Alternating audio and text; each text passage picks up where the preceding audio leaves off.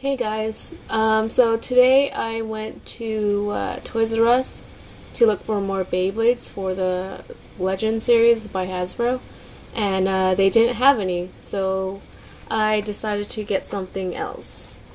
This is pretty old, but it was on sale and I really wanted to get it, and that's the Hunter from Resident Evil, and also Jill Valentine. As you may know or may not know, I love Resident Evil. I don't know, it's my favoriteest game in the whole wide world. So I'll do an unboxing of these two figures real quick. I'll start with the Hunter. Right, so here's the Hunter, and this figure is made by NECA, and yeah, he looks pretty cool, pretty scary. It's basically like a half reptile, half human, like bioweapon. So yeah, there's the front side, and here is the side. Other figures you could get: Chris Redfield, the Licker, Zombie, Jill Valentine, Lab Coat, Zombie, the Hunter again, Hunk, and Crimson Head Zombie, and the Tyrant. And I was really hoping Toys R Us would have the Tyrant, but they didn't. It's alright. And then here is the back, and just a little bio, I guess you could say, and yeah, games for the Wii. This is a really old figure from like 2 years ago, and yeah. So I'm gonna open it and show you all the articulation of this figure. Okay, so here's the Hunter outside of the box. Before I get to the articulation, I want to show you a little bit of detail. First, the scales on the arm and, well, basically all over the body is pretty amazing, pretty detailed, and yeah. And along the back too, it's pretty cool, and it has like these red scratches down its head and all that. So yeah, that's pretty cool. And just, yeah, like the hands all bloody and all that. And the feet too. Alright, so as for articulation, let's start with the arms. This is a very stiff figure, so it doesn't move as much. There is some abduction, but only up to that far. And adduction, bringing it back to its body. And there is some extension going backwards and a little bit forward. It's really hard to keep going forward. Yeah. And there is some flexion in the elbow, just a little bit. And for some reason the fingers, or the claws, they rotate all around. But I don't know why they did that. Anyway, also, which is pretty cool, the jaw moves up and down. And there is a little bit of torso articulation, but again, not by much. And onto the legs, there's no articulation in the knees, but at the thigh or at the hip there's just a little bit. And also the feet, a little bit of flexion and extension, but that's about it. Not much rotation in the feet. And besides the articulation, this is a very, very, very heavy figure. I'm not sure how it's gonna stand on its own. Well, there it is standing on its own, but compared to my Godzilla figure, which is like a hollow thing, you could like basically squeeze it and it'll just go flat, but this thing is pretty solid. So that's one thing I really like about this figure. It's really solid. So that's the Hunter. I guess I'll move on to Jill Valentine.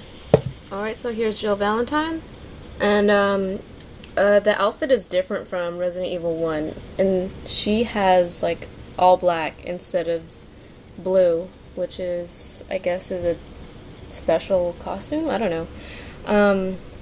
Well, there she is, and all the stuff she comes with, bunch of grenades, a first aid spray, a Beretta, and what I think it's a taser, but I'll take a closer look at it and let you guys know. And the back, there she is, a little bio, Stars Alpha Team, Master of Unlocking, of course. And yeah, basically like a Hunter's box, but with Valentine on it. Right, so let me open her up and I'll show you the articulation and details. Okay, so here's Jill outside of her box. I'm really disappointed in the detail of this figure. First of all, it's very boring. Like, it's just all black. That's all it is. And there's no creativity behind it at all. And, well, well, she does have the STARS logo on her hat.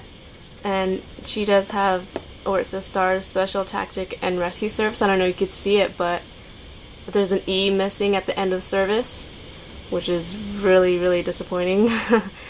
But she does have, like, her holster for her gun and, like, a little pouch out here, and her boots and her gloves and everything. Also, the articulation disappointed me. She does have circumduction with her arm, where it goes all the way in a circle with both arms. But she does not have any flexion or extension in her elbows, or like her knees. Her hips don't move, her feet don't move. It's just really disappointing. But I guess that's why it was only $10. She does have some torso rotation, but just by a little bit. Anyway, I was really disappointed because Jill Valentine's my favorite character of all Resident Evil characters. But yeah, it's alright, I guess. Alright, so well, oh wait, she does have a little bit of rotation, well, in the middle of her bicep for some reason. Anyway, and she also comes with a bunch of accessories, which I will show you next. So these are the accessories that she comes with. The top is her Beretta, and then here is the first aid spray, a flame grenade, 2 standard grenades, and a taser. Don't know why. You don't need a taser to go against zombies, but anyway, she should have came with a lockpick instead. But yeah, this is pretty much useless against zombies. I don't know. Well, in Resident Evil 5, they did have a stun rod. So I guess it could be useful against zombies, but anyway, those are just all her accessories that she comes with. She also comes with a stand too, but I'm not gonna show you that. I think you guys know how that looks like. And yeah, so that's about it. Okay, so here you have the Hunter and Jill Valentine standing next to each other, just as a size comparison, and obviously the Hunter is huge.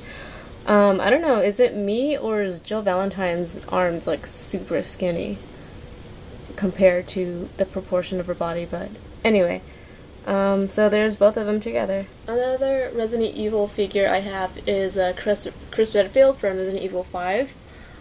This one is made by Play Arts. They usually make Final Fantasy figures and other figures too. And I will not be opening this one because this is signed by Roger Craig Smith, who does the voice for Chris Redfield.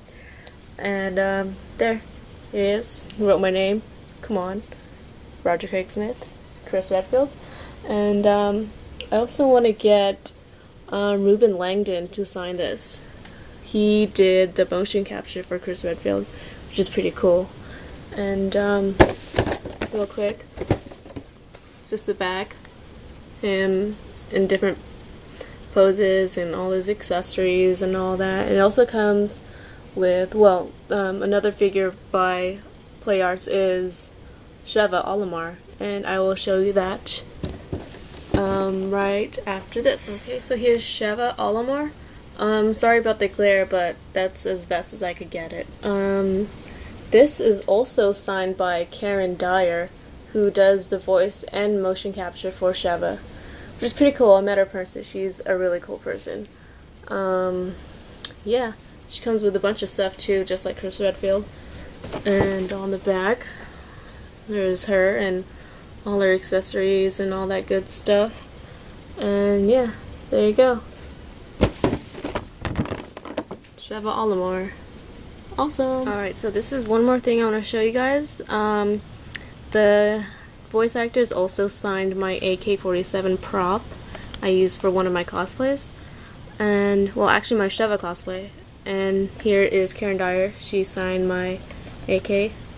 And here is Ken Lawley, here at the top, who does the motion capture for Wesker in Resident Evil 5.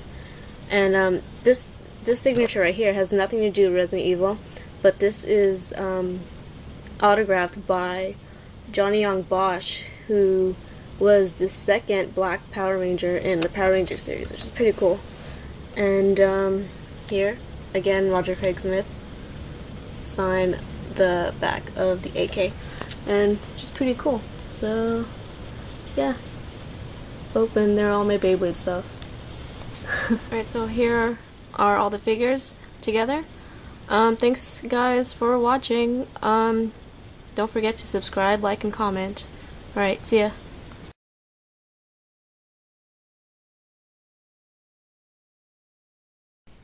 Hi again. I know I have a lot of Baytubers subscribers on my channel, and I know this video was not Beyblade related, but for those who stick around until the end and watch the whole video, I have a couple of codes for you. So it's basically first come, first serve.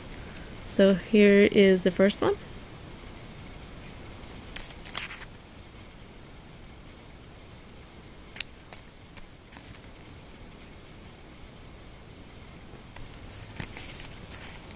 Alright, and that's the last one. Alright, thanks guys for watching. See you next time.